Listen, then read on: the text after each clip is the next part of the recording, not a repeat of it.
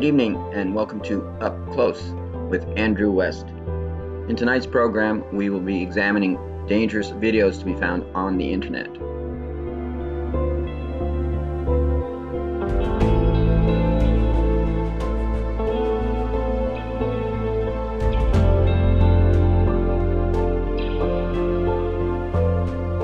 Whether it's on building a nuclear reactor at home or making thermite.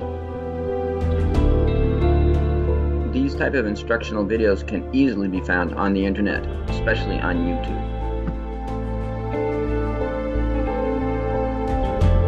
Just by casually browsing, I was able to find numerous videos on how to build very dangerous weapons using easily obtainable chemical products. Most of these products may be purchased at the 99-cent store for almost nothing. Whether it's on how to build a nuclear reactor at home, or to the manufacturing of thermite, a dangerous product used in demolitions. David Hahn was no ordinary Boy Scout. He spent his teenage years building a nuclear reactor in his garden shed. The result was an environmental disaster. So how did David conduct a series of nuclear experiments in his backyard using everyday items?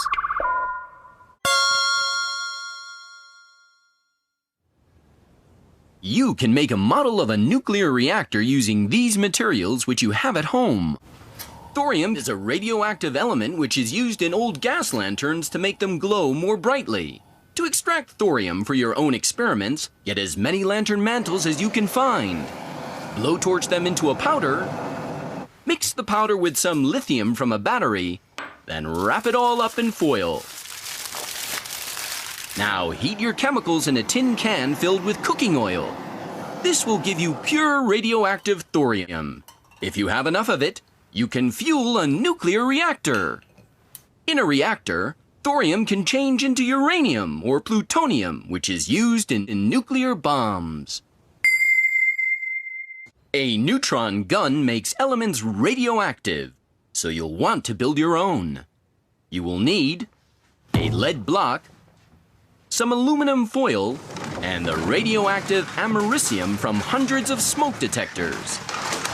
The americium will give off a stream of radioactive alpha rays. When alpha rays hit the aluminum in the foil, they produce subatomic particles called neutrons. Neutrons react with other elements and turn them radioactive.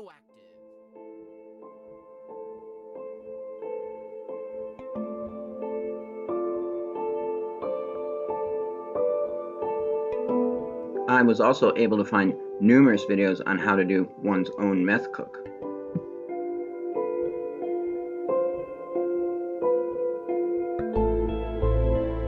These meth cooks are extremely dangerous and the fire can go out of control. With even a basic knowledge of chemistry, this is quite easy to do. Hi everyone, welcome back to Cody's Lab. So today I wanted to make thermite, but challenge myself to use aluminum foil rather than the aluminum powder normally used. Aluminum foil is, after all, still rather popular on YouTube, right? So this will be probably a lot more difficult due to the larger thickness of the particle.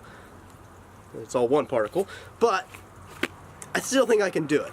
So let's give it a shot, shall we? So to get started, I've placed approximately 2 square nano light seconds of aluminum foil out onto the table.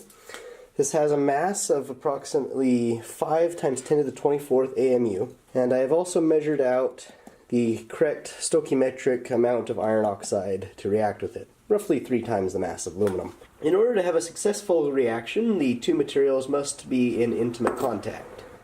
If they are not touching each other, if they are not in close contact, they will never react. Also, we need a high activation energy. And the activation energy will be lower, the better we can connect them. So, what I'm doing is mixing a little bit of water in with the iron oxide so as to make a slurry that I can spread around on the foil. You might have noticed this is shiny side down.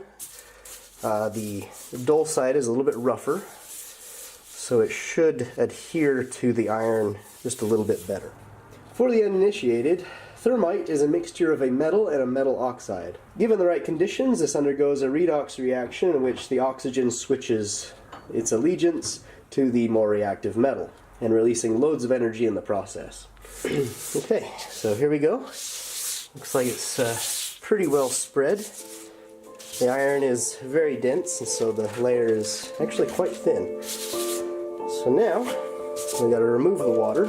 So let's go take this and put it in the oven.